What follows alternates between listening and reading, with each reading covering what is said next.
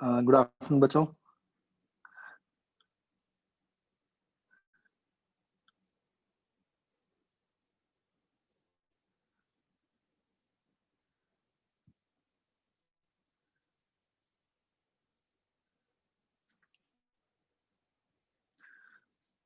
हाँ बच्चों, before I forget, हम ना अपनी बूस्टर वाली क्लास कल रखेंगे। डिस्कशन क्लास कल रात को रखेंगे। बताओ क्या टाइम रख सकते हैं रात को, लेट से लेट।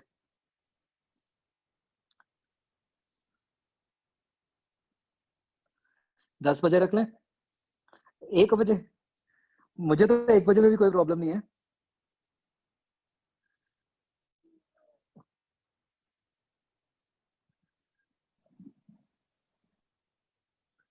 बट चलो, मैं मान लेता हूँ कि 1 बजे तो कुछ लोग सो जाते होंगे।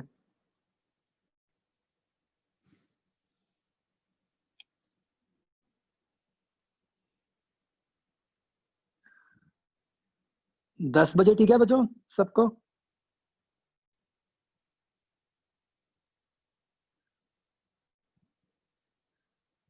ठीक है, ओके।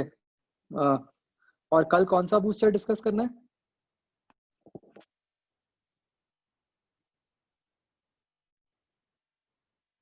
हाँ, कल सिर्फ बूस्टर की डिस्कशन है।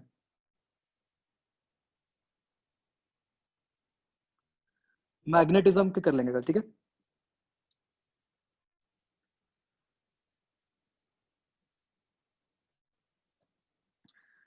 टेस्ट की डिस्कशन वाला मैं बताऊंगा अभी, मतलब ये बूस्टर वाला कल है, ठीक है। हाँ, डल गया ईएमआई वाला भी।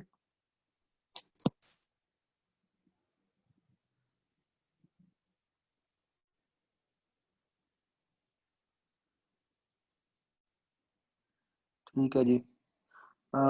ओके।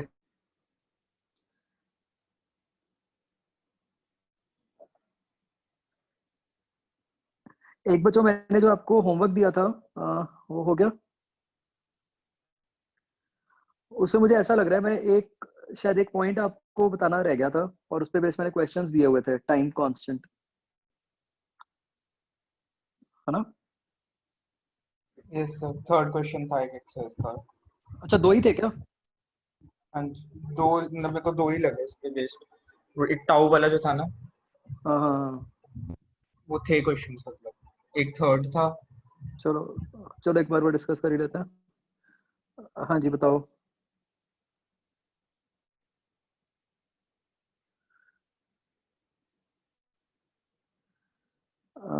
हाँ बताओ बच्चों, इसमें कौन कौन से थे एच में? डाउट्स बताओ।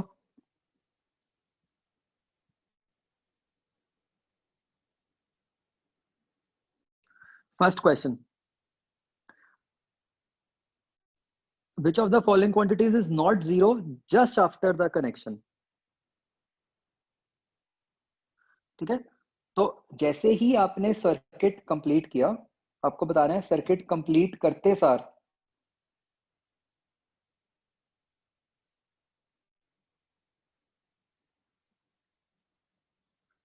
क्या होगा। इंडक्टर भी है, रेजिस्टर भी है। तो बताओ, हमें ये तो पता है कि टी इक्वल टू जीरो पे इंडक्टर कैसे बिहेव करता है, ब्रोकन वायर। तो करंट कितना हो गया सर्किट में जस्ट आफ्टर कनेक्शन? जीरो हो गया, राइट। हमें बताना है विच इज नॉट जीरो। अगर करंट जीरो है बच्चों, तो ये हमारा आंसर नहीं है। Magnetic field energy inductor half L I square होती है, तो करंट जीरो है, तो ये भी जीरो हो गई, तो ये भी आंसर नहीं है। पावर डिलीवर्ड बाय बैटरी क्या होती है? ई इंटू आई होती है, तो ये भी जीरो हो गई, तो ये भी आंसर नहीं है। तो ईएमएफ आएगा आंसर, ठीक है। एंड इसको लॉजिकली सोचो आप कि ये क्यों आया। भाई ऐसा कैसे हो रहा होगा कि करंट फ्लो ना करे, जब इंडक्टर ने भी बैटरी के जितनी ऑपोजिट ईएमएफ प्रोड्यूस की होगी, तो नेट ईएमएफ जीरो बन गई, ठीक है।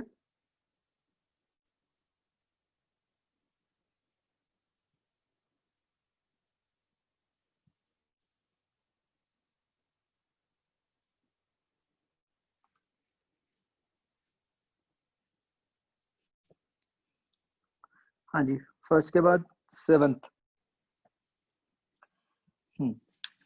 स्टेडी स्टेट मतलब टी इक्वल टू इन्फिनिटी वाला केस।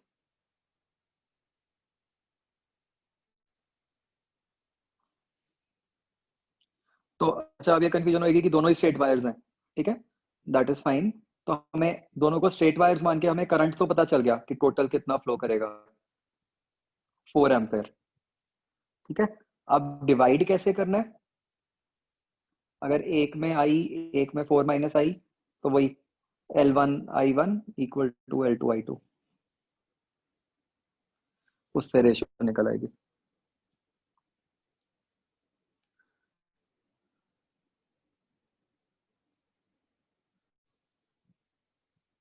हाँ, दोनों में करंट अलग इसलिए जा रहा है क्योंकि दोनों की कुछ म्यूचुअल इंडक्टेंस अलग अलग होगी। हाँ, ये एक बात बच्चों, ये गलती कर सकते हो आप, ये ध्यान रखना कि हम ऐसा नहीं कह सकते कि अगर दोनों स्ट्रेट वायर्स बन गए बाद में, तो कि भाई हम ये कह दें कि बाद में दोनों के अक्रॉस इक्वल करंट चला जाएगा, नहीं, ठीक है। चाहे स्ट्रेट वायर्स हैं, जो करंट की रेशियो है वो इसी से ही आएगी, L1 I1 equal to L2 I2।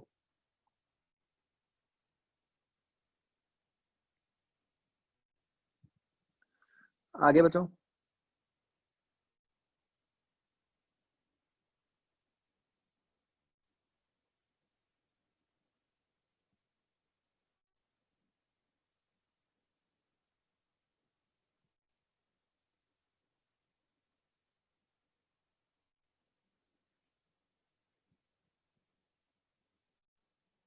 ठीक है, मतलब एक्सरसाइज 0 के तो सारे हो रहे थे, है ना। एक्सरसाइज 1 में थे थोड़े से टाइम कांस्टेंट वाले।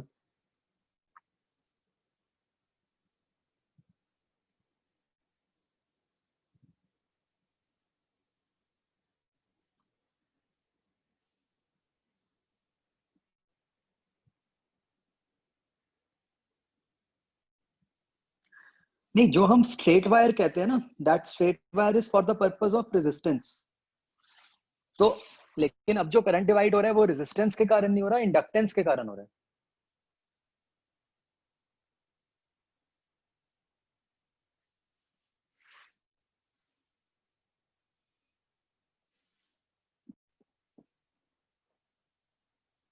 एक्सरसाइज 1 में कुछ थर्ड था, और कौन सा बोला था मैंने? आज इतने कम लोग क्यों हैं? एक टाइम पे तो 70 होने लग गए थे।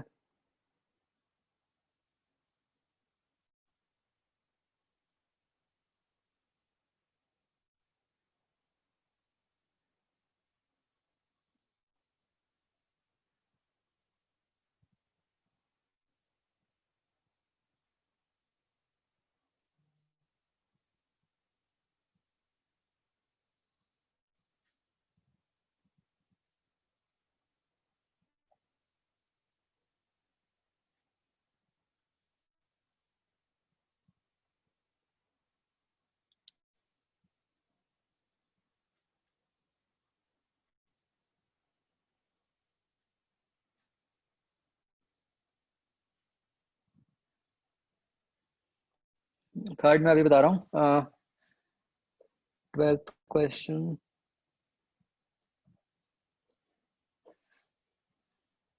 थर्ड क्वेश्चन बच्चों नोट कर लो, मतलब मैं अभी वैसे नोट्स में भी लिखवा दूंगा। बेसिकली टाइम कांस्टेंट बच्चों क्या होता है? L/R।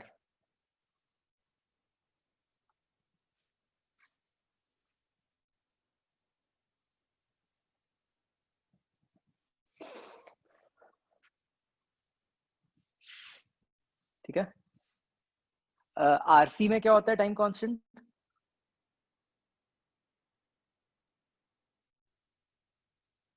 LR सर्किट में तो टाइम कांस्टेंट L/R हो गया। RC में क्या होता है बच्चों?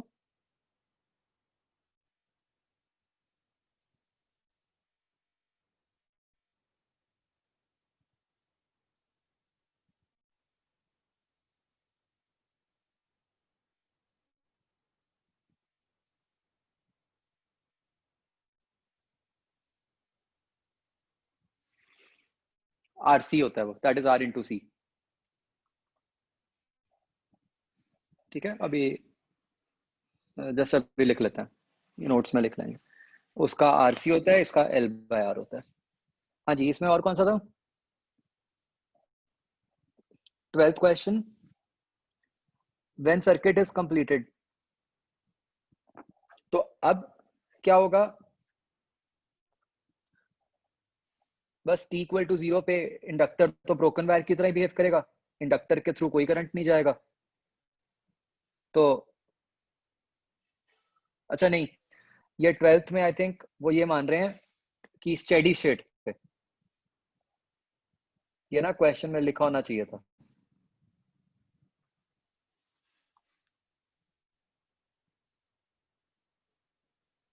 ठीक है,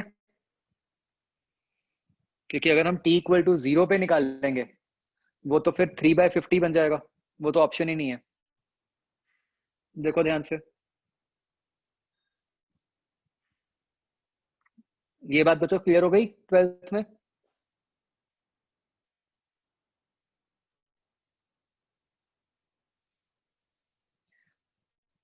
फोर्टींथ क्वेश्चन बच्चों बहुत इंपॉर्टेंट है।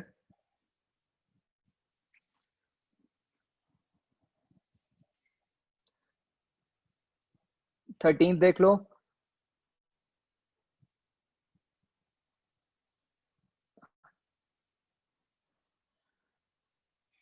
Ratio of current at t equal to 0 and t equal to infinity. 13th question में t इक्वल टू 0 पे इंडक्टर ब्रोकन वायर की तरह बिहेव करेगा, तो मतलब जो करंट है वो सारा ऐसे ही जाएगा नीचे वाली ब्रांच से। तो t इक्वल टू 0 पे क्या हो गया, E/7R। t equal to infinity पे क्या होगा, इंडक्टर स्ट्रेट वायर की तरह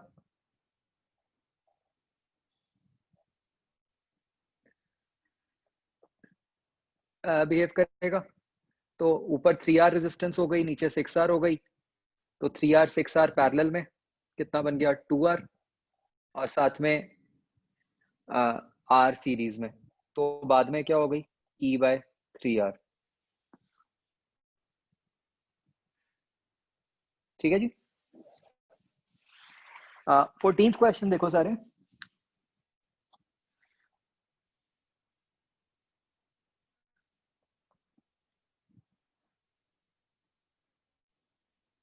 देखो सारी ऑप्शंस में लॉन्ग टाइम की बात हो रही है, तो t इक्वल टू इन्फिनिटी पे एक बार देख लेते हैं क्या होगा।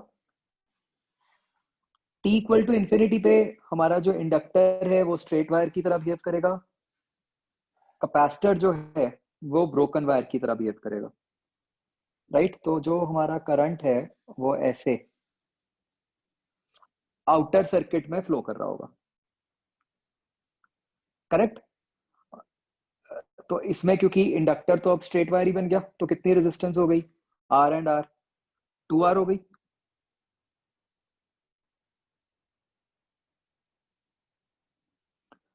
तो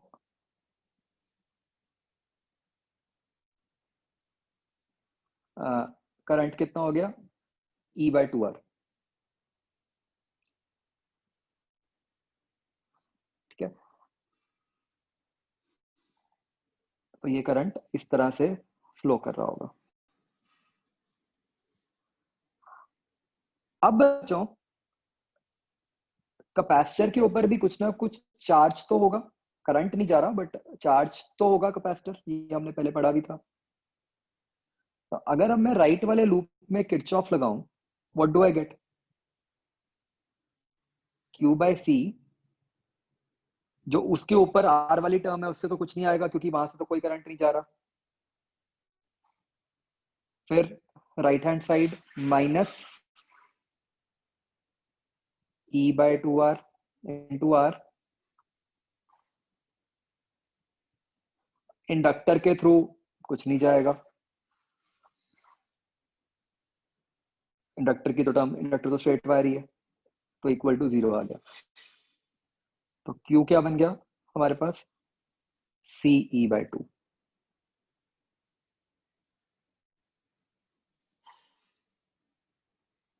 ठीक है, तो अब ऑप्शन देखो, बताओ ए ऑप्शन ठीक है या गलत है?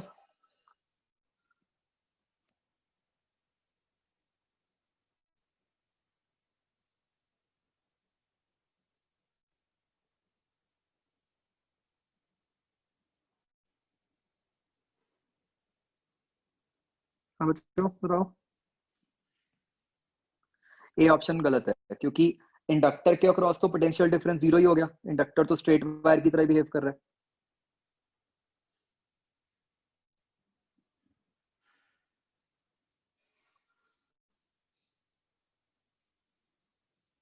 राइट। बी ऑप्शन भी गलत हो गया, क्योंकि चार्ज हमने निकाल ही लिया कि चार्ज तो सी बाई टू आर है। अब सी ऑप्शन ये भी गलत हो गई, करंट हमने देखा कि ई बाई टू आर होगा। डी ऑप्शन चेक कर लेते हैं कि बैटरी में current t equal to zero और टी इक्वल टू इन्फिनिटी पे सेम होगा।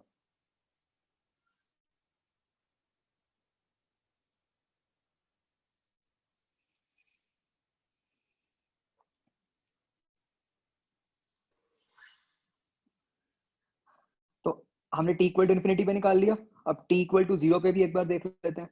टी इक्वल टू जीरो पे क्या होगा बच्चों?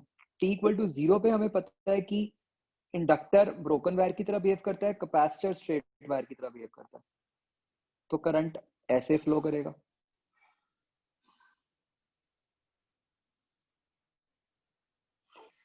ठीक है। तो अब आप देखो कि ये वाला जो सर्किट बना, इसमें भी आर और आर, टू आर रेजिस्टेंस हो गई, तो यहाँ पे करंट क्या हो गया? E M F upon two are.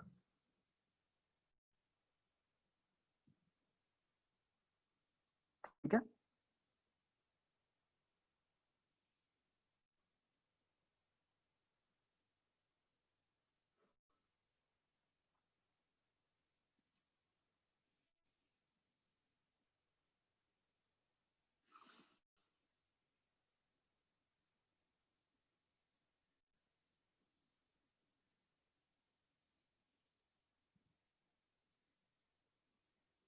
Okay, चलो आगे बढ़ते हैं।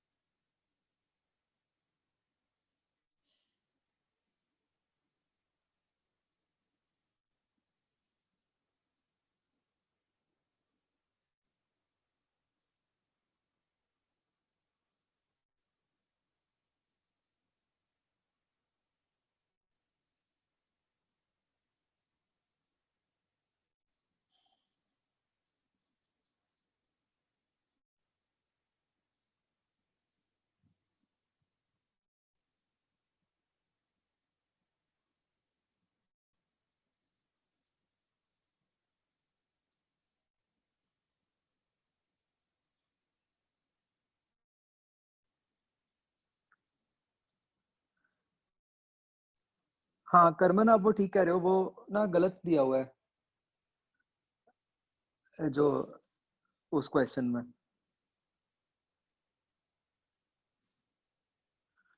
उस एक बच्चों एग्जांपल है F23 पेज पे, एग्जांपल वन, उसमें गड़बड़ है।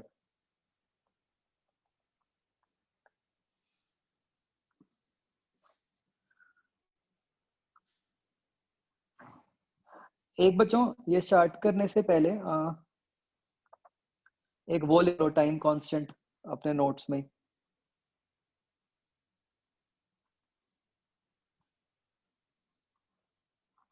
आरसी सर्किट का time constant R into C होता है, और एल आर सर्किट का time constant L by R होता है। वो उस क्वेश्चन में ना, मतलब सॉल्यूशन में कुछ गड़बड़ है, वो इनकम्प्लीट सा है क्वेश्चन।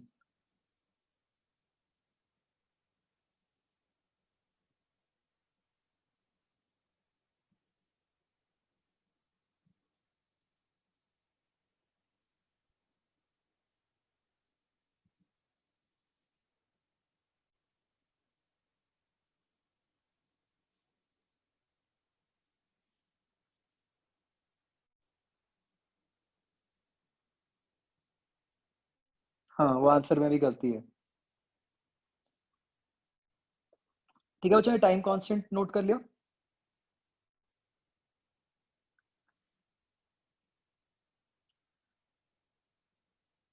एच के बाकी क्वेश्चंस नहीं करने,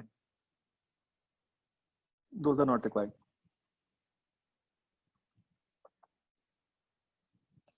नेक्स्ट बच्चों टॉपिक है एडी करंट्स। ये एक बस थ्योरेटिकल सा टॉपिक है। बेसिकली हम क्या कहते हैं कि अगर हम एक पीस ऑफ मेटल ले लें, ठीक है, this is a metallic sheet, और उस मेटालिक शीट को हमने किसी मैग्नेटिक फील्ड में रखा, एंड अब हम किसी भी तरीके से इस मैग्नेटिक शीट के अक्रॉस जो फ्लक्स बन रही है उसको चेंज कर रहे हैं। ठीक है, फ्लक्स चेंज करने के क्या तरीके हो सकते हैं कि भाई आपने बी को कम ज्यादा किया, या आपने इस शीट को मूव किया मैग्नेटिक फील्ड के अंदर, राइट। तो जब वो फ्लक्स चेंज होगी उस कारण से ईएमएफ इंड्यूस होगी, ईएमएफ इंड्यूस होगी तो उस कारण से करंट आएगा। ठीक है, मतलब जो अभी तक हम पढ़ते आए थे उसमें और इसमें सिर्फ इतना फर्क है कि तब हम हमेशा लूप्स बना रहे थे, यहाँ पे हमने एक मेटालिक शीट ले ली। तो मेटालिक शीट है तो वो पता ही है कि कंडक्टर है, और अगर वो कंडक्टर है तो ये पता ही है कि उसके अंदर करंट फ्लो करेगा ही करेगा, राइट। एंड हम ये भी बात कर चुके हैं कि यहाँ पे जो करंट है, मतलब इस चैप्टर में हमने देखा था कि करंट जो होता है वो लूप्स के अंदर मूव करता है। ठीक है, तो हम बिना पर्टिकुलर रीजन जाने, मतलब हमें ये मानना पड़ेगा कि जो करंट है वो एक्चुअली सर्कुलर लूप्स में फ्लो करता है। ठीक है, कितने लूप्स बनेंगे, कम बनेंगे, ज्यादा बनेंगे, कंसेंट्रिक होंगे, क्या होगा, वो कुछ नहीं हम बता सकते। हम सिर्फ ये बता सकते हैं कि भाई शीट के अंदर जब फ्लक्स चेंज होगी तो उस शीट के अंदर करंट प्रोड्यूस होगा जो कि सर्कुलर लूप्स के अंदर फ्लो कर रहा होगा।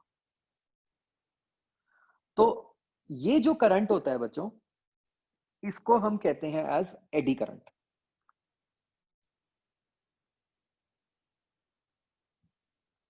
ठीक है, तो इसकी डेफिनेशन लिख लो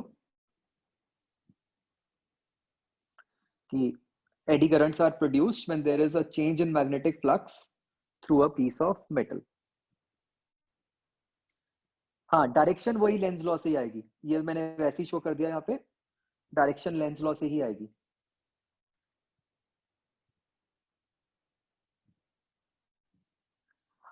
मतलब बाकी तो हमें सारा कंसेप्ट पता ही है, फिलहाल हमें सिर्फ जो मानना पड़ रहा है एक्स्ट्रा वो ये है कि करंट सर्कुलर लूप्स में फ्लो करता है।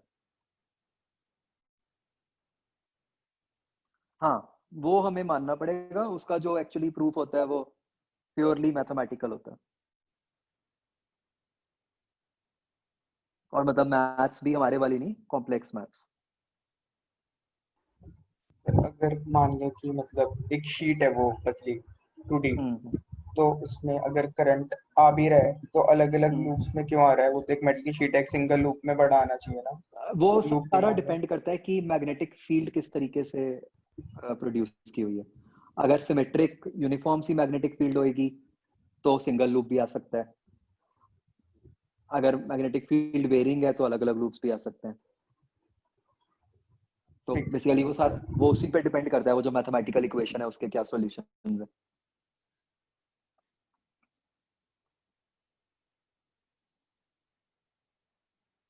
ठीक है, तो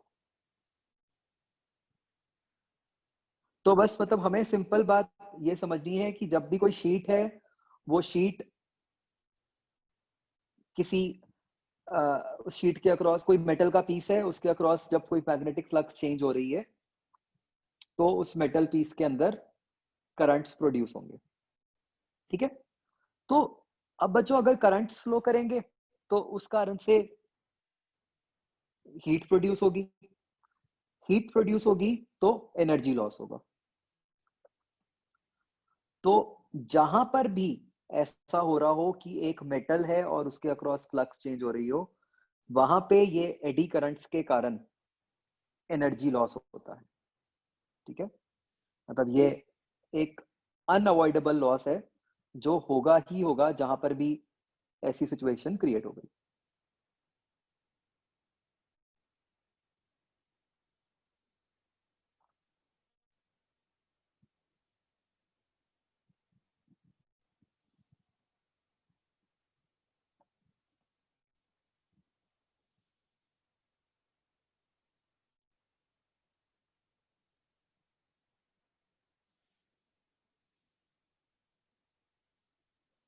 ठीक है जी, तो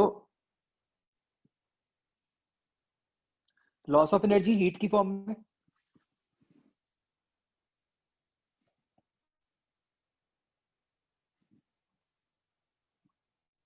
तो जैसे अगर इसका एक एग्जांपल लें हम, लेट अस से हम एक बच्चों इस टाइप की सिचुएशन क्रिएट करें। एक मेटालिक शीट है, उसको ऐसे पेंडुलम टाइप्स सिचुएशन में क्रिएट किया हुआ है हमने, और नीचे वाले रीजन में, सिर्फ नीचे वाले थोड़े से रीजन में एक मैग्नेटिक फील्ड है इनटू द प्लेन। ठीक है, तो बताओ बच्चों, इस मैग्नेटिक फील्ड के होने के कारण एक्स्ट्रा क्या इफेक्ट आ रहा है?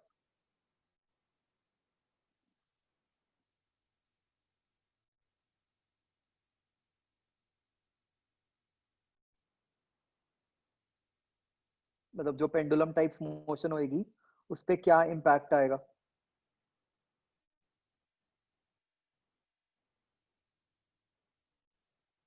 हमें ऊपर वाले कंसेप्ट से ये समझ आ गया कि जब भी वो पेंडुलम इसके अंदर से निकलेगा तो उसके अंदर एनर्जी लॉस होगा,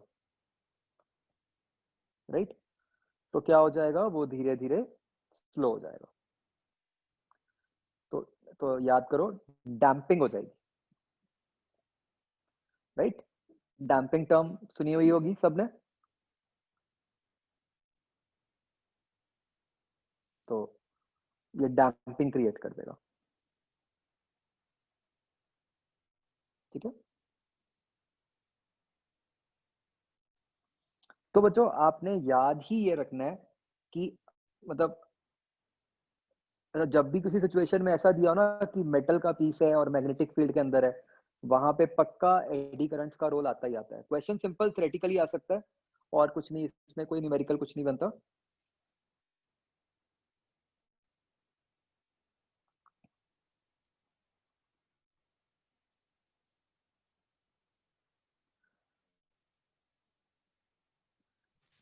सर यस, सर जैसे लूप्स में हमने किया था कि जब लूप मैग्नेटिक फील्ड के थ्रू पास करते हैं तो सर उनमें मतलब कि एक फोर्स लगती है। हाँ हाँ सर मतलब वेलोसिटी के अपोजिट डायरेक्शन में एक फोर्स लगती हाँ, है। यस, तो सर इसमें मेटल शीट में नहीं वैसा होता? वही है, मतलब उसको फोर्स की फॉर्म में कह लो, उसको एनर्जी लॉस की फॉर्म में कह लो, एक ही बात है। अच्छा अगर सर। यहाँ पे फोर्स वगैरह निकालना मुश्किल होता है तो हम इसलिए सीधा सीधा मोटा मोटा एनर्जी की फॉर्म में बात कर लेते हैं। अच्छा ठीक है सर। चीज वही है। Okay sir. ठीक है, अब बच्चों क्या होता है कि अगर इसी केस में what we do is, yes, force कैसे बोल सकते हैं? क्लोज लूप में करंट जा रहा है, लूप्स में ज्यादा, हाँ, तो उन पे नेट फोर्स लग रही होगी के कारण। मतलब इस केस में टॉर्क आ जाएगी। हाँ जी, टॉर्क है, तो नहीं आएगी फोर्स। हाँ हाँ, टॉर्क आ जाएगी। ठीक।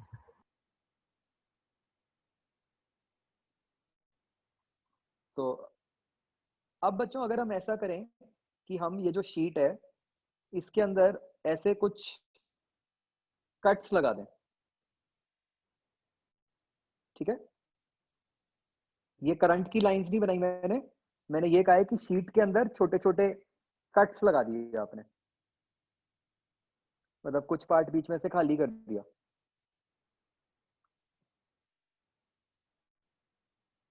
अब बच्चों क्या इफेक्ट होएगा?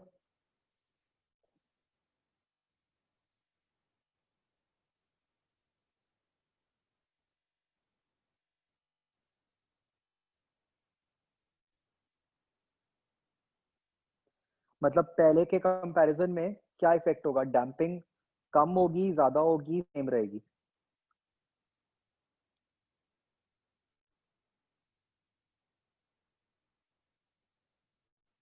तो ये डैम्पिंग कम हो जाएगी। क्यों? बिकॉज ये जो हमने बीच में कट्स लगा दिए, उस कारण से क्या हुआ कि बहुत सारे सर्कुलर लूप्स अब कंप्लीट नहीं हो पाएंगे, राइट? तो ऐसे केस में डैम्पिंग कम हो जाएगी।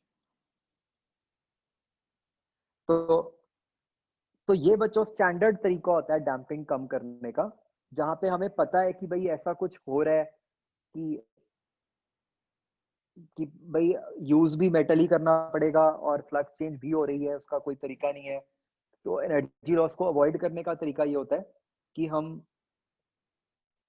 ऐसे बीच में कुछ कट्स या कुछ कर देते हैं, जिससे कि मतलब थोड़े लूप्स कम बने, तो एनर्जी लॉस कम हो।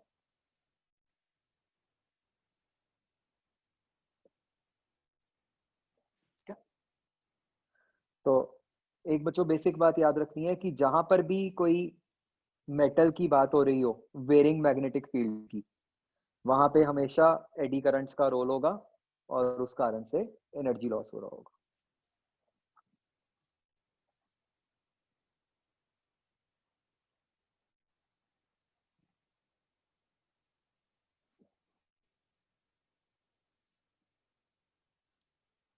राइट?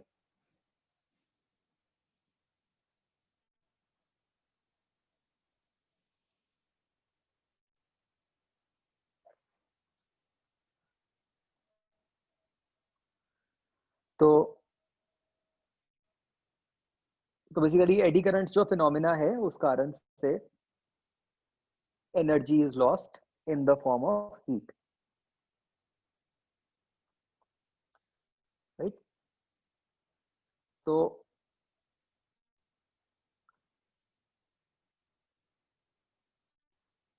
बच्चों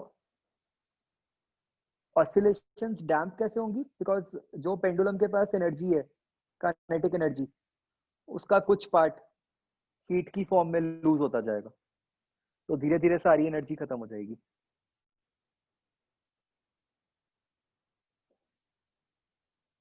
ठीक है? तो एडी करंट के नुकसान तो हैं, हमें दिख रहा है कि एनर्जी लॉस होता है। कहां पे हम इसको यूज कर सकते हैं, कहां पे एडी करंट्स के कोई एडवांटेजेस रहते हैं? देखो, एक होता है गिल्वेनोमीटर। गिल्वेनोमीटर में बच्चों याद करो, हमने क्या सीखा था कि कॉइल होती है, कॉइल को ऊपर नीचे स्प्रिंग से कनेक्ट किया होता है, राइट? जब करंट पास करता है तो वो कॉइल रोटेट करती है।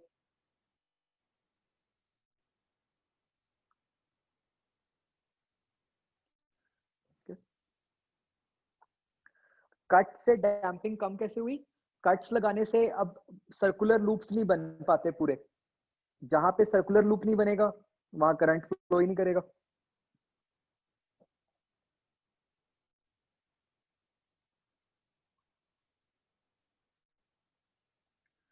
हाँ, तो मैं कह रहा था गिल्वेनोमीटर में बच्चों याद है हम ये कहते थे ना कि कॉइल है, जब करंट पास करते हैं तो वो कॉइल रोटेट कर जाती है, ठीक है? और जब हम करंट को हटाएंगे तो कॉइल अपनी ओरिजिनल पोजीशन पे वापस आ जाएगी। कॉइल बच्चों किस कारण से वापस आती है?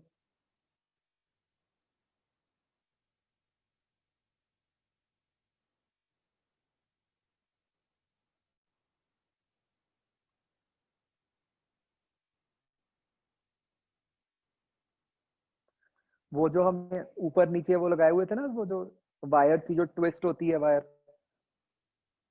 जो टॉर्क कह लो चाहे ट्विस्ट कह लो, तो उस कारण से वो वापस आती है ना, जो ऊपर वाली वायर ट्विस्ट हो जाती है। तो अब बच्चों रियलिटी में अगर आइडियल सिचुएशन हो, तो जब वो वायर उसको वापस लेके आएगी तो हमारी जो कॉइल है वो तो ऑसिलेट करने लग जाएगी। भाई जो वो वायर थी वो स्प्रिंग जैसा ही काम कर रही है, तो स्प्रिंग के केस में हमेशा ऑसिलेशन नहीं होती।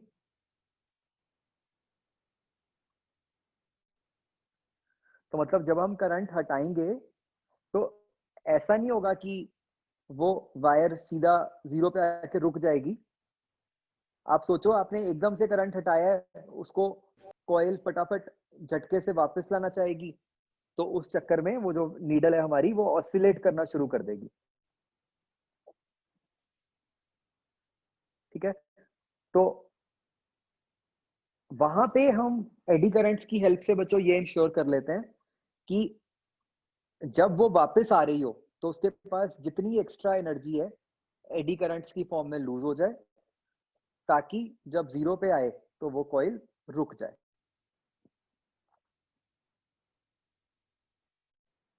क्या ये बात समझ आ रही है बच्चों?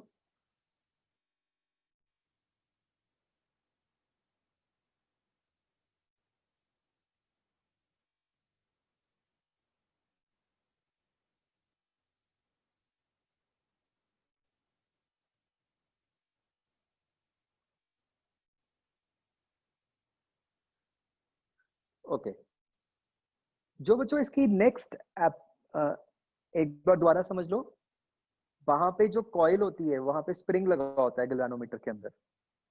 आइडियल केस में तो उस स्प्रिंग के कारण क्या होगा कि जो कॉइल है वो ऑसिलेट करती रहेगी, जैसे एक नॉर्मल स्प्रिंग वाले सिस्टम में होता है। तो एडी करंट्स के कारण ऐसा हो जाता है कि जब वो कॉइल वापस आ रही होती है अपनी ओरिजिनल पोजीशन पे, तो वो एक्स्ट्रा एनर्जी अपनी लूज कर देती है, तो इस कारण से वो ऑसिलेट नहीं करती। ठीक है, बस 0 पे आके रुक जाती है।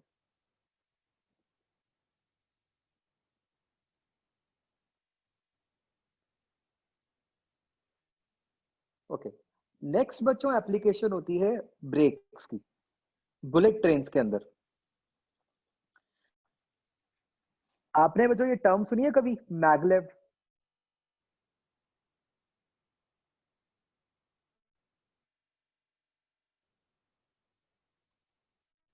कितने लोगों ने सुनी है?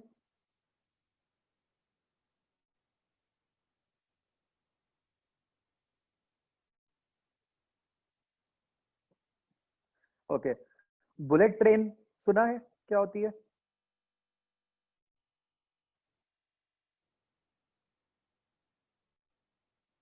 तो बुलेट ट्रेन्स हैं कई जगह, चाइना में, जापान में बुलेट ट्रेन्स चलती हैं। इंडिया का भी है प्लान जल्दी बुलेट ट्रेन्स शुरू करने का। तो तो बुलेट ट्रेन्स में बच्चों क्या होता है, ठीक है, ये याद नहीं रखना, जस्ट मैं नॉलेज के लिए बता रहा हूँ आपको। Bullet trains can travel at very high speeds, मतलब 500 600 किलोमीटर पर आवर की स्पीड होती है उनकी। Now how are they able to achieve such high speeds? वहां पे क्या किया जाता है बच्चों बुलेट ट्रेन में? एक तो हो गया स्टैंडर्ड ट्रेन जो नॉर्मल होती है, पटरी के ऊपर चलती है टायर के साथ, राइट। बुलेट ट्रेन्स में क्या सिस्टम बनाया जाता है कि जैसे मान लो ये आपकी ट्रेन है, ये नीचे ट्रैक है। तो मतलब मैं आपको सिर्फ आइडिया दे रहा हूँ, मुझे नहीं पता एग्जैक्टली क्या यूज करते हैं। तो ये जो बच्चों नीचे वाला रीजन है, और इसके यहाँ पे वो एक मैग्नेटिक फील्ड क्रिएट कर देते हैं। ठीक है, तो इमेजिन करो कुछ ऐसी सिचुएशन बन गई कि यहाँ ऊपर मैग्नेटिक फील्ड का नॉर्थ पोल है, और जो बुलेट ट्रेन है उसके अंदर भी किसी तरीके से हमने मैग्नेटिक बिहेवियर क्रिएट कर दिया, तो उसका भी नॉर्थ पोल नीचे की तरफ बन रहा है। ठीक है, अगेन मुझे नहीं पता वो कैसे मैग्नेटिक बिहेवियर क्रिएट करते हैं, बट कंसेप्ट यही होता है। तो उस कारण से क्या होगा, ये जो ट्रेन है इसके ऊपर रिपल्सिव फोर्स लगेगी ऊपर की तरफ, जो मैग्नेट फोर्स लगाएगा वो ऊपर की तरफ लगाएगा, और mg फोर्स तो चलो नीचे की तरफ लगी रही है। Now this force is so big कि ये जो ट्रेन होती है इट फ्लोट्स इन एयर। इस ट्रेन का नीचे ट्रैक के साथ कांटेक्ट होता ही नहीं है। ठीक है, मतलब इन अदर वर्ड्स जो बुलेट ट्रेन होती है उसके टायर्स नहीं होते।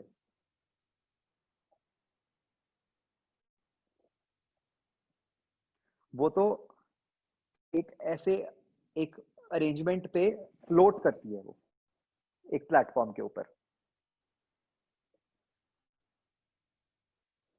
तो अब क्योंकि फ्लोट कर रही है वो, तो फ्रिक्शन खत्म ही हो गई, तो इस कारण से it can achieve very very high speeds. तो तो इस केस में बच्चों प्रॉब्लम क्या है बताओ?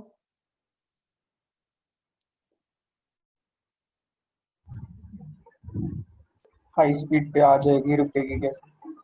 हाँ, जब फ्रिक्शन ही खत्म कर दी तो रोकेंगे कैसे भाई? रोकने के लिए भी तो फ्रिक्शन चाहिए होती है। तो वहां पर रोकने के लिए वी यूज एडी करंट्स। ठीक है, तो अब सारा कुछ मैग्नेटिक तो है ही यहाँ पे। तो तो जब ब्रेक लगानी होती है तो कुछ ऐसा किया जाता है कि उस टाइम पे एडी करंट्स प्रोड्यूस होने शुरू हो जाते हैं, जो कि इस ट्रेन को फिर रोक देते हैं।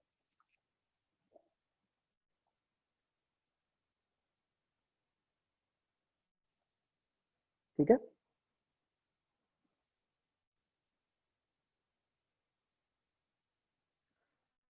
और एक बच्चों थर्ड एप्लीकेशन होती है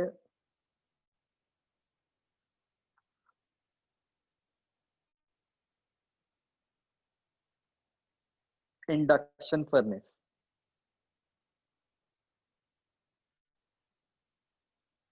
तो फर्नेस हम सबको पता है कि फर्नेस क्या है, जहाँ पे भी कैन अचीव हाई टेम्परेचर्स। तो तो अगर हम कोई अरेंजमेंट ये कैसा बना दें जहाँ पे बहुत ज्यादा एडी करंट्स प्रोड्यूस हो रहे हैं, तो उन एडी करंट्स के कारण बहुत ज्यादा हीट प्रोड्यूस होगी, जिस कारण से हम जो भी मेटल को मेल्ट करना है या जो भी करना है हम वो कर सकते हैं। ठीक है, ये समझ आ रहा है बच्चों कंसेप्ट एडी करंट्स का?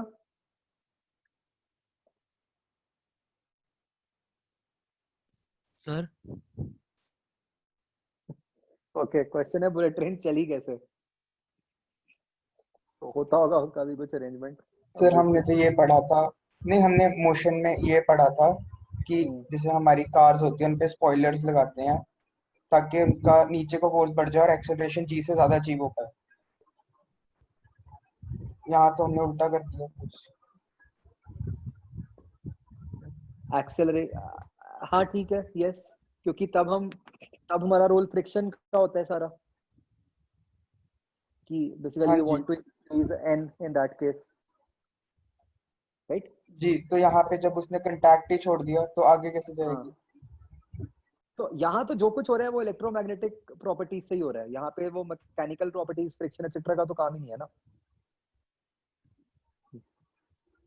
तो मेरे ख्याल से, मतलब मैंने although I am not very sure, कि स्टार्ट करने का तरीका ऐसा होता होगा कि कोई सडन चार्ज भेजते होंगे, तो वो चार्ज की सडन मोशन होती होगी कुछ, जिस कारण से उस पे फोर्स आती होगी, मतलब समथिंग लाइक, अगेन मतलब मेरा गेस है, नॉट वेरी श्योर, कि जैसे मैग्नेटिक फील्ड तो यहाँ बनी गई ऊपर की तरफ कुछ ऐसे, तो अगर हम किसी तरीके से कोई कोई इसके अंदर लूप्स बने हुए या कुछ है जिस कारण से करंट फ्लो कराओ आप समहाउ, मतलब एक सडन बर्स्ट ऑफ चार्ज, तो उस चार्ज के ऊपर फोर्स आ जाती होगी आगे की तरफ। This is the only way, मतलब और तो कुछ हो नहीं सकता।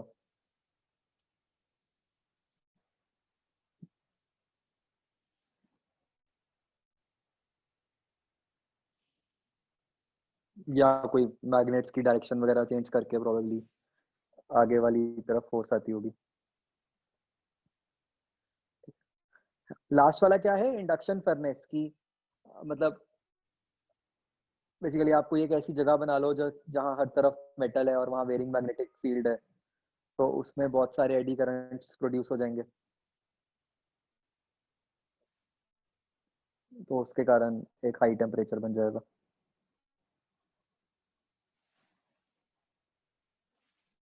ठीक है जी, ओके। तो this is all about eddy currents, मुझे इतना किया छोटा सा पार्ट। नेक्स्ट आता है बच्चों ट्रांसफार्मर।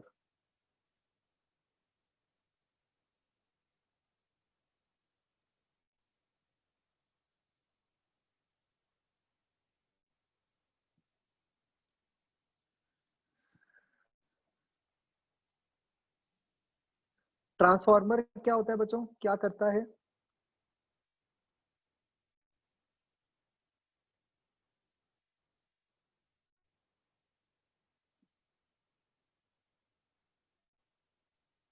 नहीं, it does not convert voltage. Transformer का काम होता है वोल्टेज को कम या ज्यादा करना। ठीक है, तो ट्रांसफार्मर का काम होता है टू स्टेप अप और step down voltage.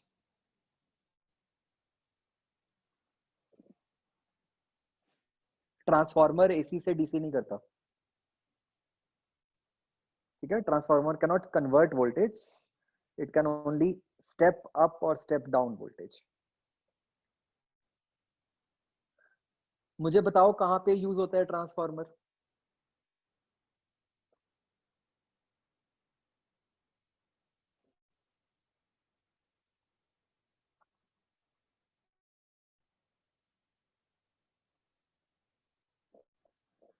Which type of appliances?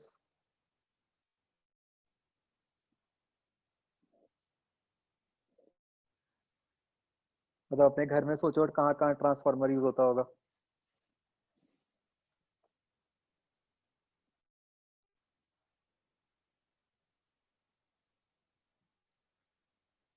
एक तो बच्चों यस यूज होता है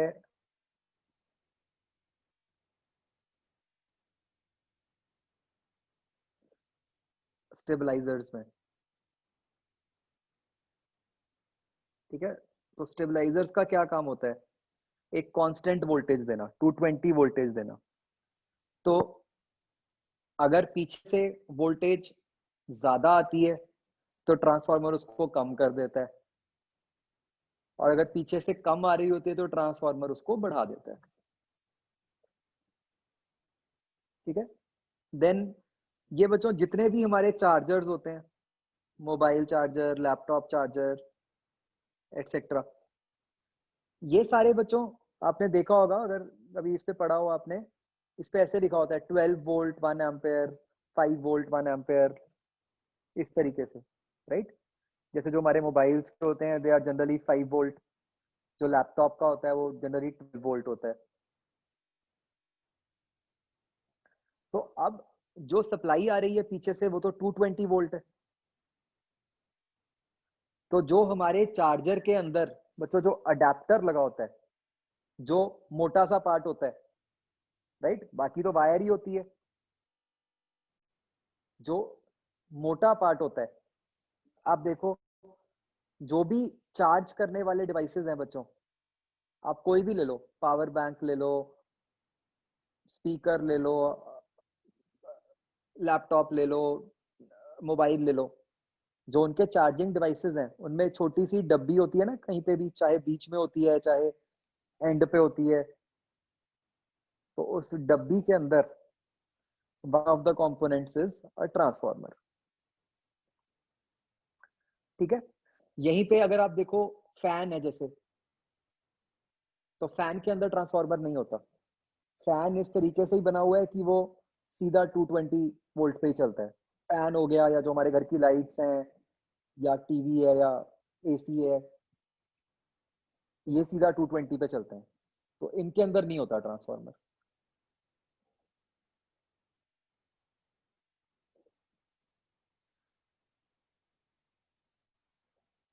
ठीक है, तो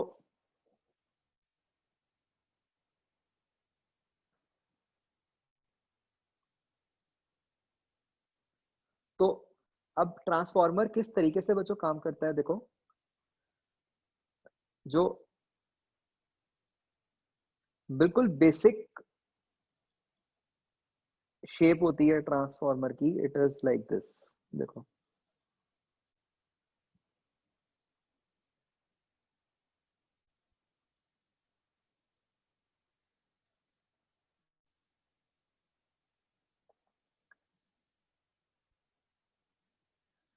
तो ये बच्चों ऐसे एक मेटल की शीट है अंदर से हॉलो,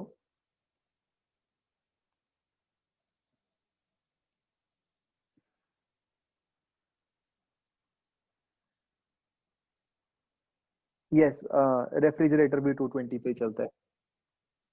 जो एलईडी लाइट्स होती हैं बच्चों उसमें होता है, उसकी वोल्टेज चेंज करनी पड़ती है। तो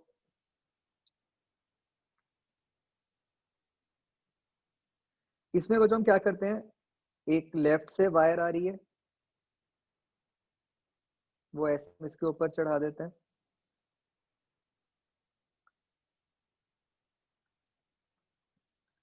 ठीक है, और एक आ गई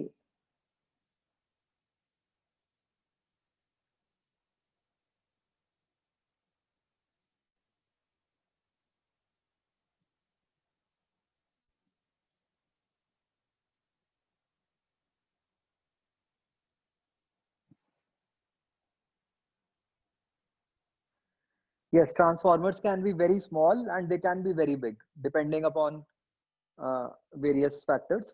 तो जैसे जो बच्चों आम जो बिजली के खंभे लगे हुए होते हैं वहां पे आपने देखा होगा थोड़े थोड़े दूरी पे ट्रांसफार्मर्स लगे होते हैं। जो भी कोई बड़ा शोरूम कह लो या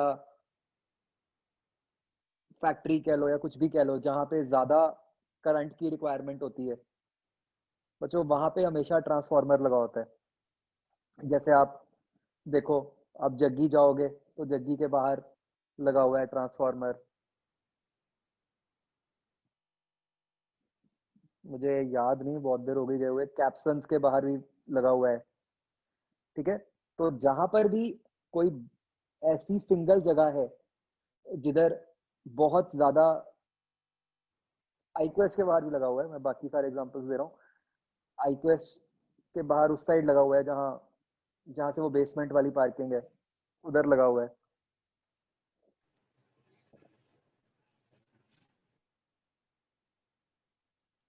तो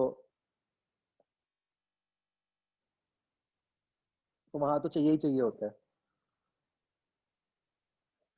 ठीक है। तो मतलब सबसे अच्छी बात मुझे ये लगती है बस ये फिगर है, बोर्ड एग्जाम्स में जनरली जनरेटर और ट्रांसफार्मर के बीच में चॉइस आती है, ठीक है, या कई बार उसमें भी चॉइस आ जाती है, ये गैल्वेनोमीटर और ट्रांसफार्मर। तो ये वाला तो बहुत ही आसान है, इसमें तो कुछ करना ही नहीं पड़ता।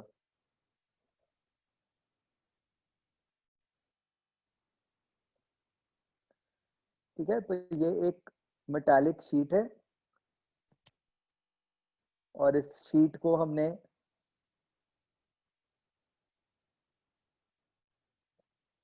इसके दोनों तरफ पे हमने एक वायर लगा दी, ठीक है।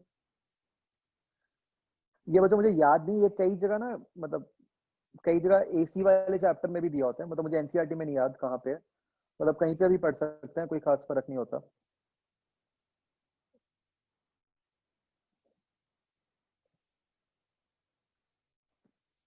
तो बच्चों इसकी वर्किंग क्या होती है, देखो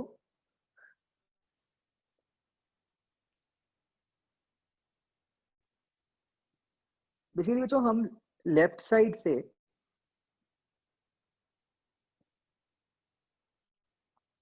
एक करंट भेजते हैं, इसको हम कहते हैं लेफ्ट साइड वाली वायर को एज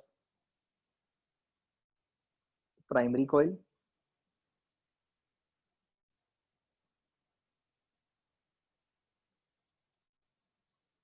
राइट साइड वाली वायर को हम कहते हैं as secondary coil. The number of turns are different, मान लो इसमें N1 है तो लेट्स से इसमें N2 हो गए। तो ये बच्चों लेफ्ट साइड से हमने एक करंट भेजा,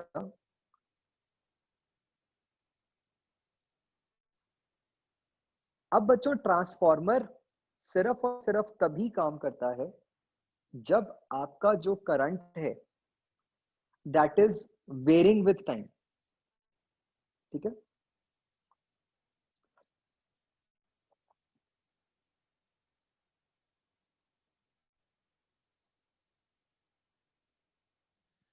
ये आपको अभी समझ आ जाएगा ऐसा क्यों है।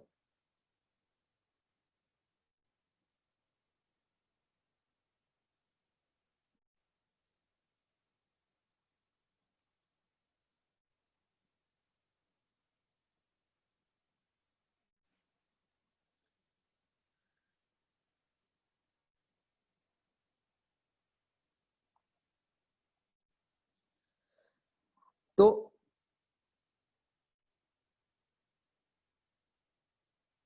अब बच्चों क्या होता है कि जो लेफ्ट साइड है यहाँ पे अगर एक वेरिंग करंट हमने भेजा तो करंट के कारण ये जो मेटालिक पीस है, ये जो सॉरी हाँ ये लिख लो बच्चों,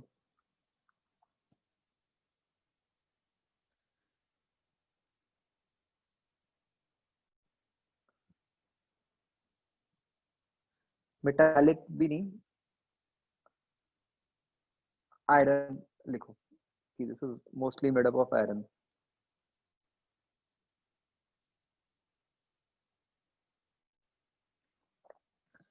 तो ये जो वेरिंग करंट है बच्चों उसके कारण से मैग्नेटिक फील्ड प्रोड्यूस होती है। ठीक है, और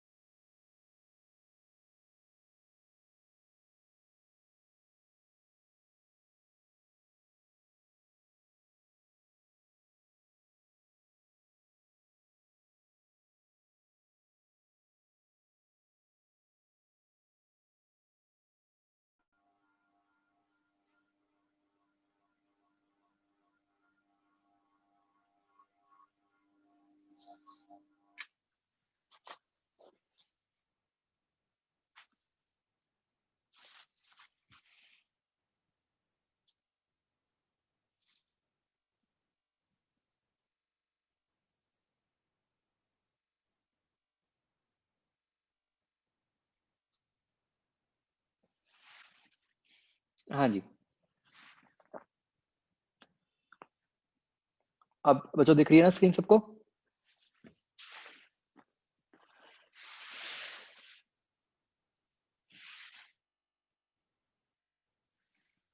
ठीक है, तो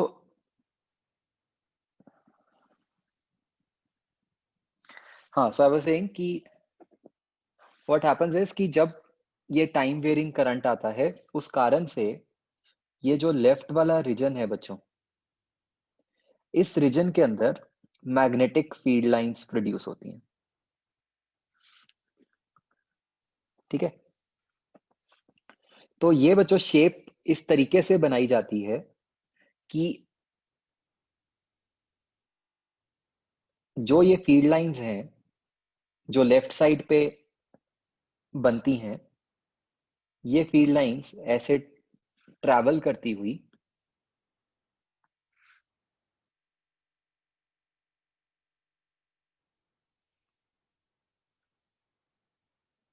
राइट साइड वाले लूप में पहुंच जाती हैं। ठीक है, तो एक्चुअली वो हमारा टॉपिक कट गया। आयरन हम इसलिए यूज करते हैं बच्चों, आयरन की ये खासियत होती है कि वो फील्ड लाइंस को अट्रैक्ट करता है, मतलब आयरन के अंदर जो फील्ड लाइंस हैं बहुत डेंस हो जाती हैं।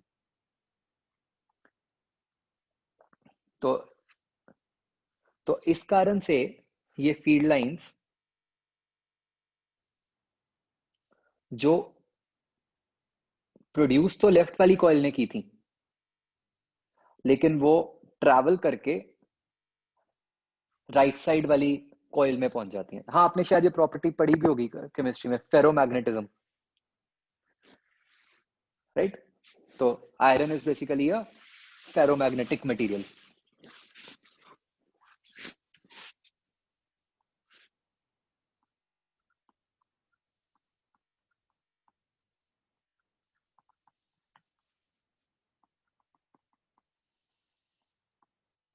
So this attracts field lines.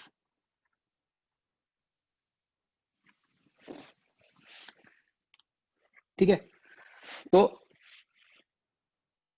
तो हम ऐसा भी कह सकते हैं बच्चों कि ये जो सिस्टम है इसकी म्यूचुअल इंडक्टेंस है, इजंट इट? कि एक के कारण, कि प्राइमरी में जब करंट प्रोड्यूस हुआ तो उस कारण से सेकेंडरी में फ्लक्स आ गई।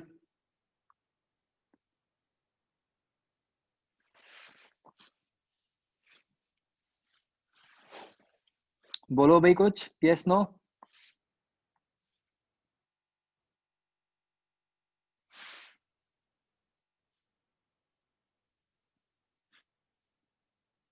तो सो व्हाट हैपेंस इज, जो इसकी वर्किंग है,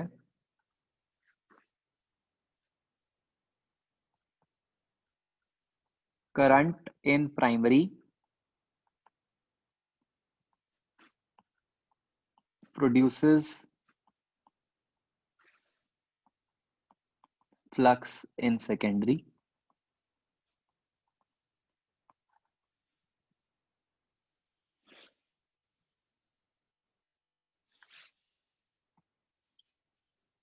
हाँ, ये बच्चों मैंने एरो गलत दिखा दिया था, है ना? करंट एक साइड से एंटर कर रहा है तो एक साइड से एग्जिट करेगा।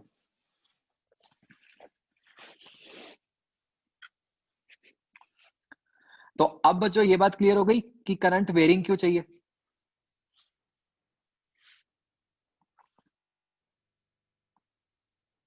वेरिंग करंट से क्या होगा?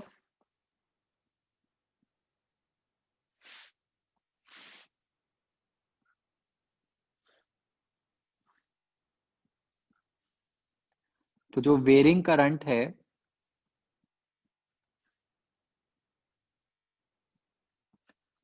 उसके कारण वेरिंग फ्लक्स आएगी,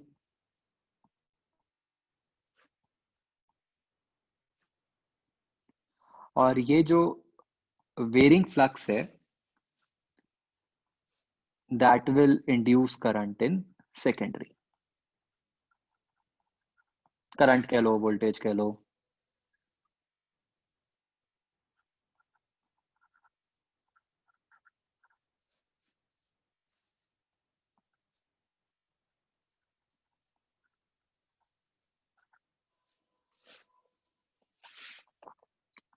तो इसको बच्चों थोड़ा और क्लियरली लिखने के लिए लेफ्ट साइड पे करंट को आईपी बोल दो, प्राइमरी करंट, और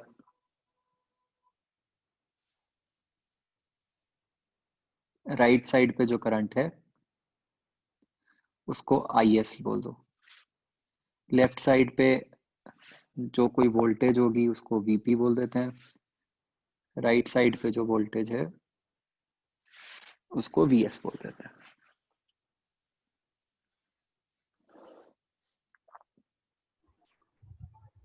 सर बट जनरली ट्रांसफार्मर में मतलब जो प्राइमरी कॉइल है उसमें जो पीछे से करंट आ रहा होता है हमारे यहाँ से, वो तो सेम नहीं आ रहा होता।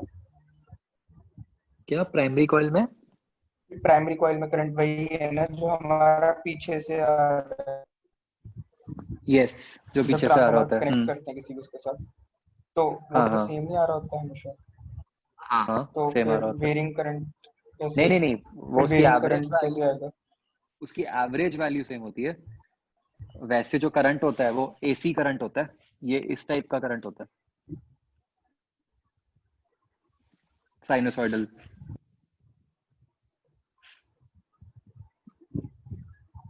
मतलब चेंज कर रहे डायरेक्शन। हाँ, वो चेंज कर रहा होता ठीक। सर है। यस। सर इससे ये तो पता चल गया कि जैसे ये इंडक्टेंस क्रिएट हो रही है तो सर मतलब जो वोल्टेज पहले अगर वेरिंग होगी तो मतलब ज्यादा आएगी, तो क्योंकि इंडक्टेंस अपने थ्रू फ्लक्स मतलब चेंज को कम करना चाहता है, अपोज करता है सर चेंज को, तो वोल्टेज वो हाँ भी हाँ कम कम कर देगा वोल्टेज को। हाँ हाँ। लेकिन सर फिर अगर कम आ रही है तो उसे सर मतलब कि इंक्रीज कैसे करेगा? नहीं नहीं नहीं, ये तो सेकेंडरी में प्रोड्यूस हो रही है ना। सेकेंडरी की जो कॉइल्स बनी हुई थी उनके थ्रू चेंजिंग फ्लक्स आ गई, हाँ जी सर। तो वो चेंजिंग फ्लक्स के कारण सेकेंडरी के अंदर करंट आ जाएगा। और सर वो अगर कम आए, सर अगर कम वोल्टेज आई तो प्राइमरी कॉइल में, हाँ। तो फिर सर उसको चेंज करके सर मतलब कि ये इंक्रीज कैसे करेगा कि मेंटेन कैसे करेगा मतलब? नहीं, इस केस में क्या होता है कि वो कंटिन्यूअसली वेरिंग होती है जो करंट होता है। तो मतलब ऐसा नहीं होता कि कोई स्टेडी स्टेट आ जाती है कि उसने मेंटेन कर ली और बात खत्म हो गई। वो कंटिन्यूअसली उसको वेरी करना ही पड़ता है। ठीक है सर। तो उस कारण से उधर भी वेरिएबल वो बनती रहती है, राइट साइड पे भी। मतलब सर कंटिन्यूसली इसने वर्क तो करना ही है। हाँ हाँ हाँ, बिल्कुल। Okay sir.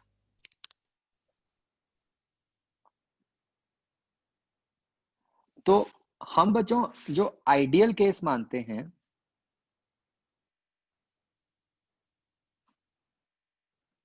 उसमें हम ये कहते हैं कि all flux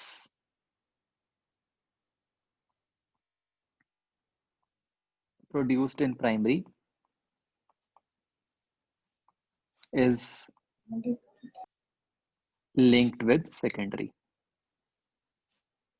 तो ऑब्वियसली ये आइडियली तो नहीं हो सकता, कुछ ना कुछ फीड लाइंस तो ऐसी होती हैं जो सेकेंडरी के थ्रू नहीं पास करती, बट हम चलो एक आइडियल केस की बात करते हैं।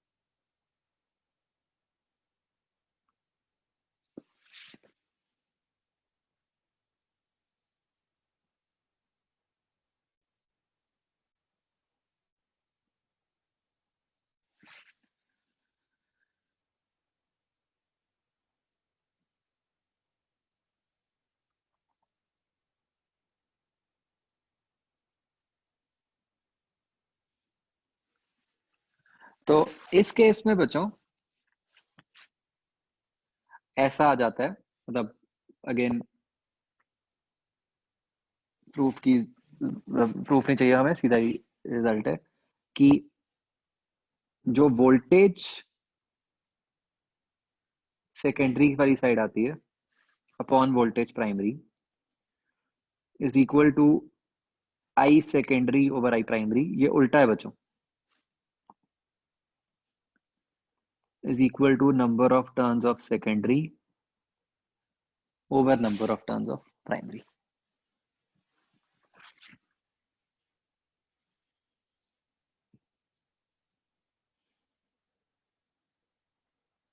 ठीक है, तो मतलब जो वोल्टेज इंड्यूस होती है ऐसे केस में वो ये रिलेशन फॉलो करती है। तो मतलब सीधा सीधा जो टर्न्स की रेशो है उसी रेशो में वोल्टेज आ जाती है और उसके उल्टी रेशो में करंट आ जाता है।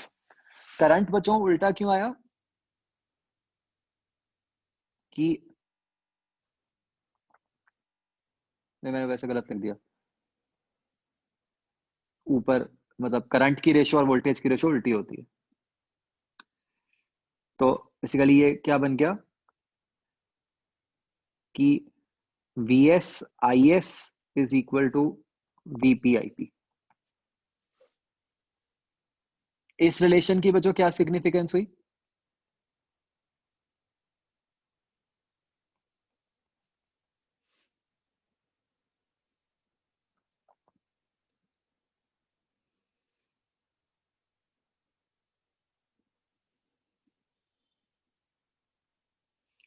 वोल्टेज इंटू करंट क्या होता है?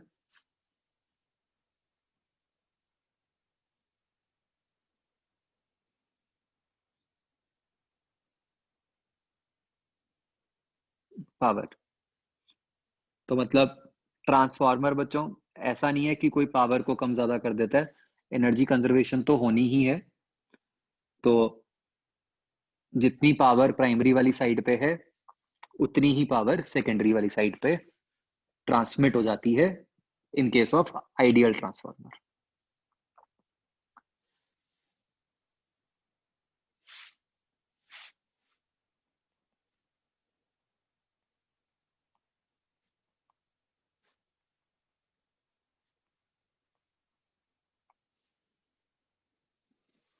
ये बच्चों जो रेशो होती है NS/NP,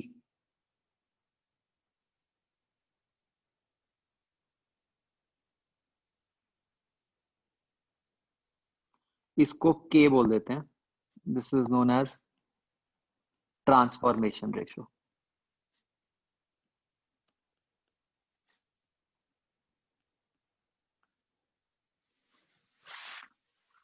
तो क्या होता है कि अगर तो आपको स्टेप अप ट्रांसफार्मर यूज करना है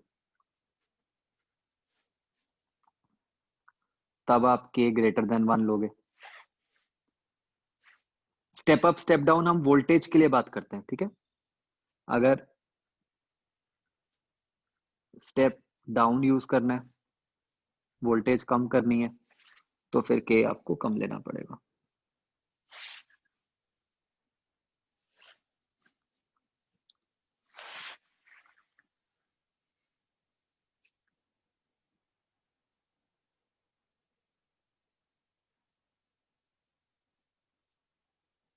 ओके तो बड़े लोगों का एक क्वेश्चन आया है कि हम कहते हैं ना कई बार ट्रांसफार्मर फूक गया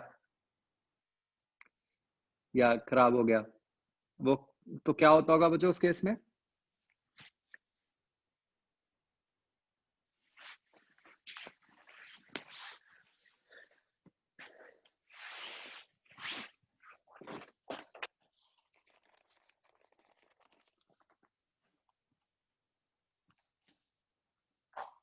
बेसिकली वो जो वायर्स हैं, जो वाइंडिंग्स हैं उसकी, वो जल जाती है वायर। आयरन को तो क्या ही होना है, वायर्स का ही पंगा पड़ता है।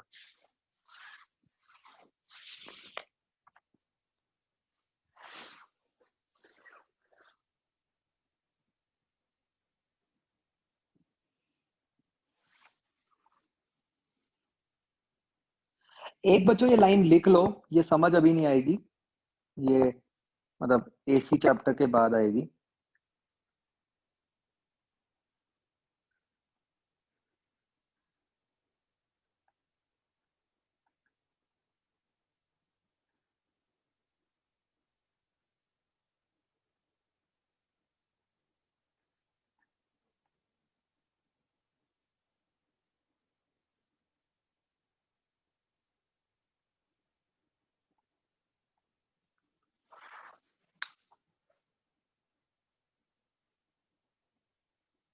तो ये क्या होता है कि सेकेंडरी और प्राइमरी में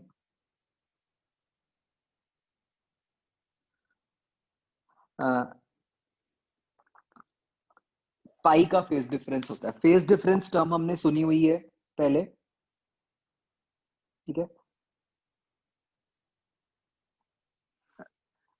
ये पाई क्यों आया ये हमें अभी आगे समझ आएगा AC वाले चैप्टर में।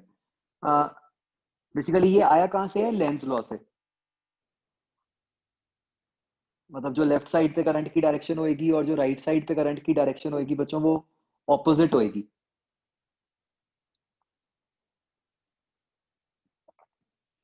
ठीक है, तो उस कारण से ये हम बोल देते हैं कि पाई का फेस चेंज आ गया।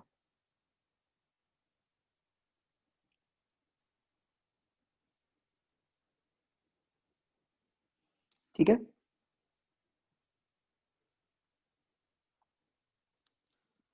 तो अब बच्चों देखो ट्रांसफॉर्मर में किस तरीके के लॉसेस हो सकते हैं।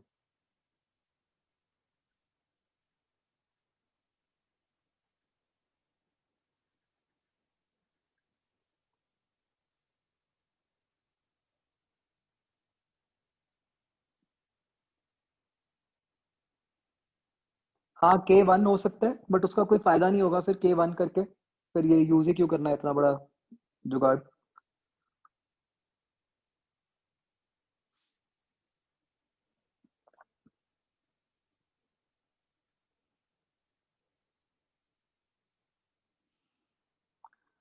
तो ट्रांसफार्मर में बच्चों जो पहला टाइप का लॉस हो सकता है that is in the form of eddy currents.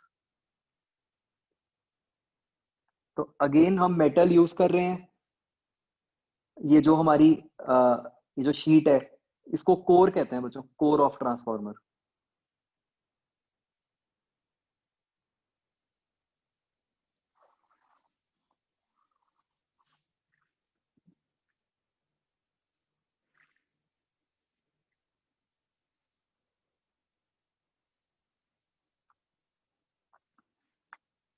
ठीक है, तो ये जो आयरन है उसके अंदर एडी करंट्स प्रोड्यूस हो जाते हैं। तो इनको रिड्यूस करने का क्या तरीका है बच्चों।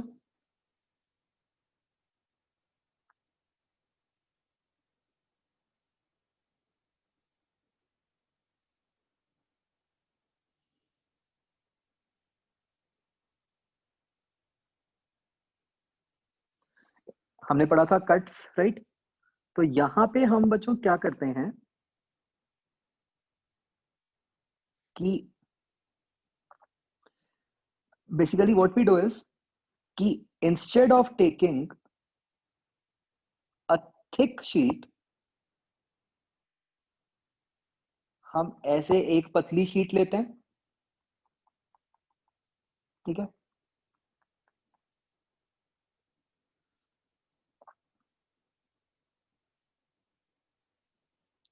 उसको लैमिनेट कर दिया।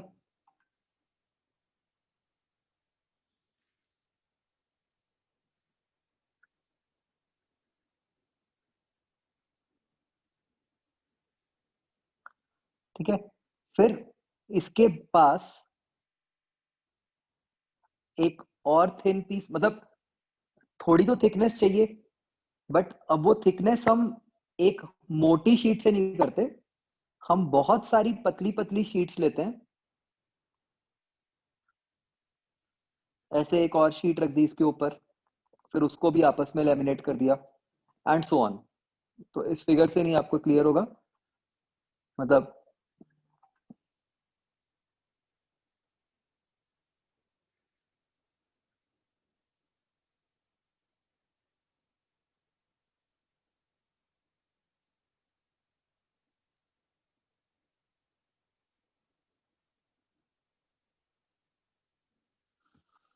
हाँ, तो हम मतलब आयरन उसकी पतली पतली शीट्स लेते हैं आयरन की, उनको लैमिनेट करके आपस में इकट्ठा कर देते हैं।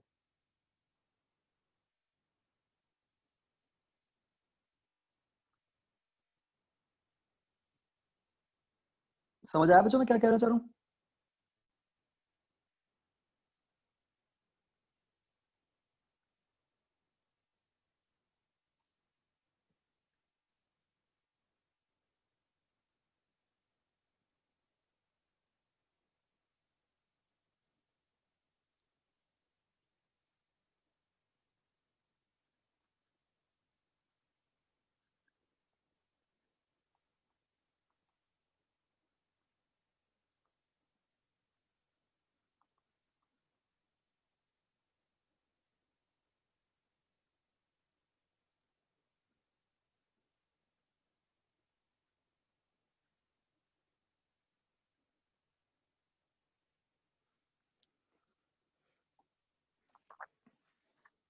ठीक है जी।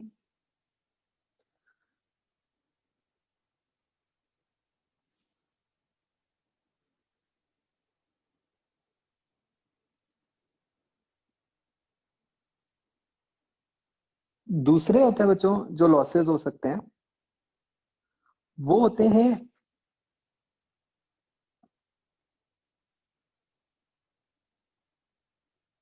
तो एडी करंट के कारण हीट लॉस होगा।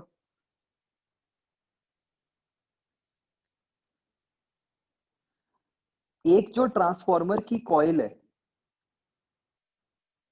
उसकी रेजिस्टेंस के कारण भी हीट लॉस होगा।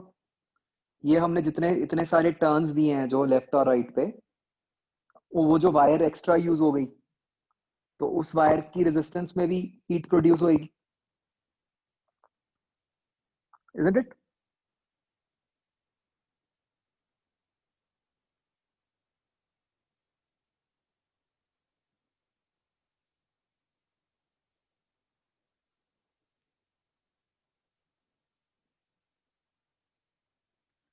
थर्ड होता है बच्चों फ्लक्स लीकेज।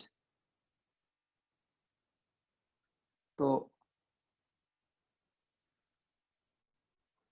जैसे मैं आपको पहले बता रहा था कि ये पॉसिबल नहीं होता कि जितनी प्राइमरी के अंदर फ्लक्स प्रोड्यूस हुई वो सारी की सारी सेकेंडरी से पास करे, कुछ ना कुछ तो फ्लक्स का लॉस हो ही जाता है।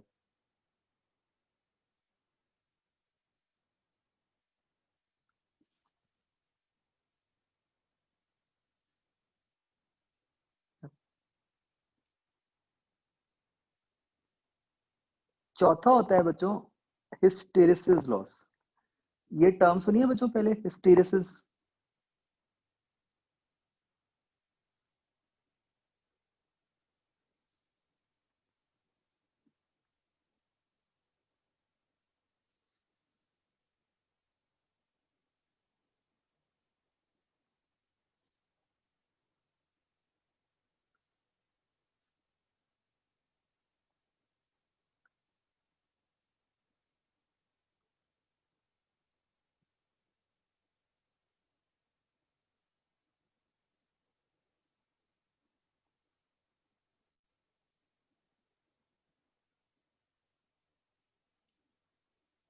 हाँ बच्चों, एनी आइडिया? ये टर्म सुनिए पहले कभी 11।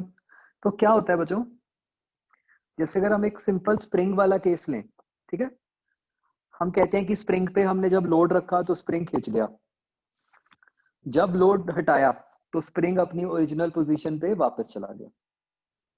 ठीक है,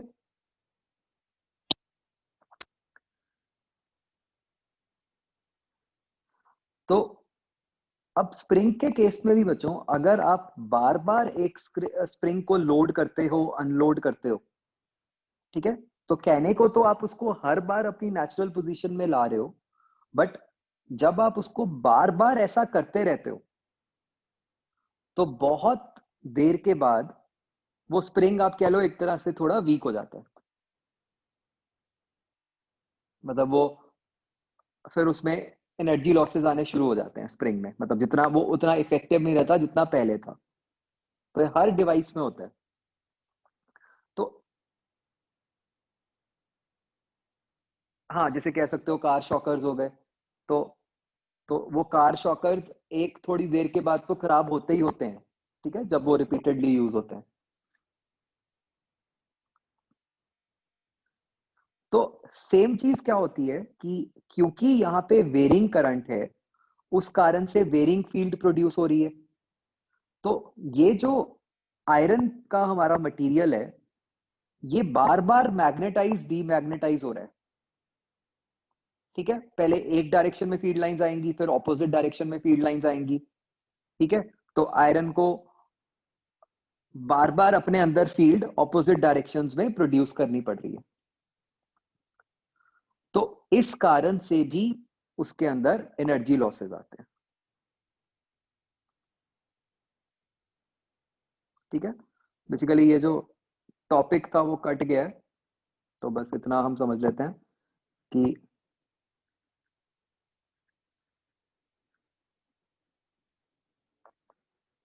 this is energy loss due to frequent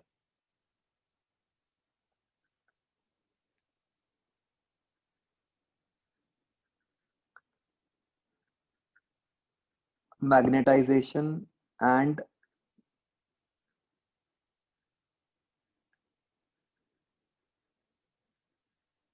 demagnetisation of core.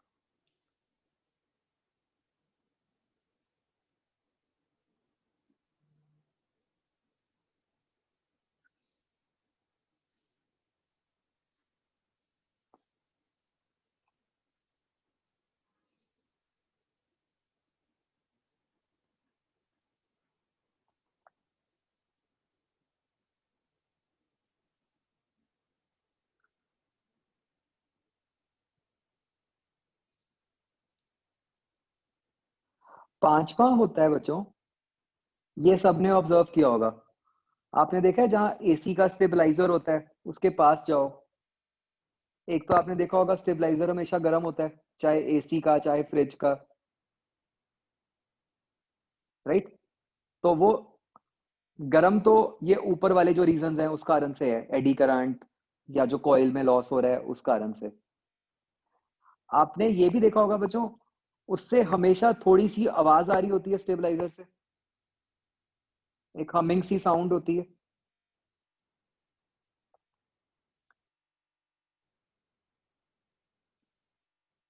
Right? तो ये भी एक लॉस होता है ट्रांसफार्मर में, मतलब ये this is loss in the form of sound energy.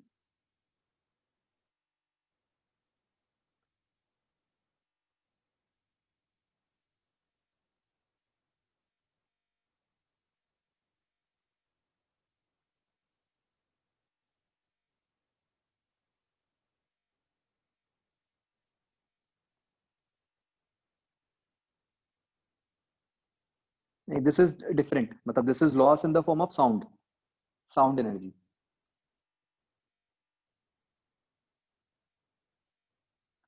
इस फिनोमिना को बच्चों कहते हैं मैग्नेटोस्ट्रिक्शन।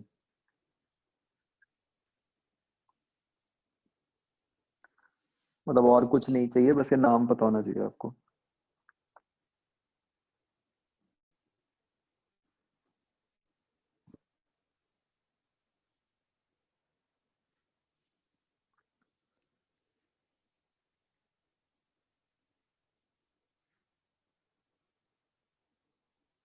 चलो ठीक है बच्चों, बस दैट्स इट।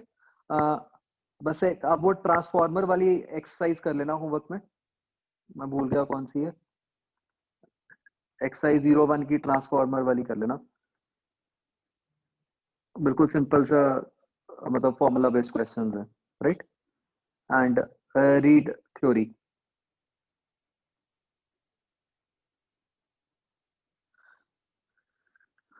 चैप्टर खत्म ही है, बस एक 10 मिनट का टॉपिक रह गया, वो वैसे तो मैं अभी कराने ही लगा था, बट आपकी क्लास है, नहीं तो मैं तो खींच देता।